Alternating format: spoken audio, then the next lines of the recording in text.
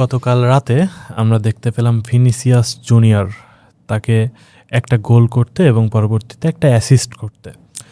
আমরা কি 2026 বিশ্বকাপ যেটা আসছে সেখানে ভিনিসিয়াস জুনিয়রকেই ব্রাজিলের আক্রমণ ভাগের মূল দায়িত্বে দেখব? আপনি যদি লক্ষ্য করেন ভিনিসিয়াস জুনিয়র রিয়াল মাদ্রিদে কিন্তু অসাধারণ টাইম কাটিয়েছিল বেশ কয়েকটি সিজন ধরে, কিন্তু ব্রাজিলে তার সময়টা কিন্তু ভালো যাচ্ছিল না।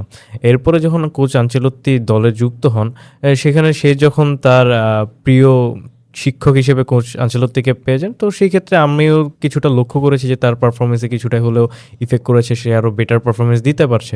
তো অবশ্যই ভিনিসিয়াস জুনিয়র একটা বড় নাম, তো অবশ্যই আমাদের ওয়ার্ল্ড কাপে তার প্রতি সেই আশাটা ভিনিসিয়াস থাকবে। জুনিয়রকে আমরা যতটুকু দেখেছি ব্রাজিলের জার্সিতে আগ পর্যন্ত, আনচেলত্তি ব্রাজিলের দায়িত্ব নেওয়ার আগ পর্যন্ত, মোর স্পেসিফিকভাবে যদি বলতে চাই, তাকে কিন্তু আমরা খুব একটা রিয়াল মাদ্রিদের জার্সিতে যে সে যেভাবে ফ্লারিশ করে, এতটা ফ্লারিশ করতে আমরা ব্রাজিলের জার্সিতে দেখিনি।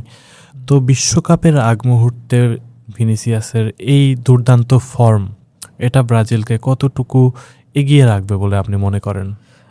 এটা তো অবশ্যই পজিটিভ দিক, যখন ভিনিসিয়াস জুনিয়রের মতো একটা প্লেয়ার যখন কন্টিনিউয়াসলি পারফর্ম করে যাবে, সেটা ব্রাজিল দলের জন্য সুবিধাজনক। এছাড়া আপনি যদি দেখেন রাফিনার মতো যখন প্লেয়ার, যে লাস্টবারের ব্যালন ডি'অর কন্টেন্ডার ছিল, এছাড়া ম্যাথিউস কুনা, আরও বড় বড় নাম রয়েছে, এনরিক, নেইমার।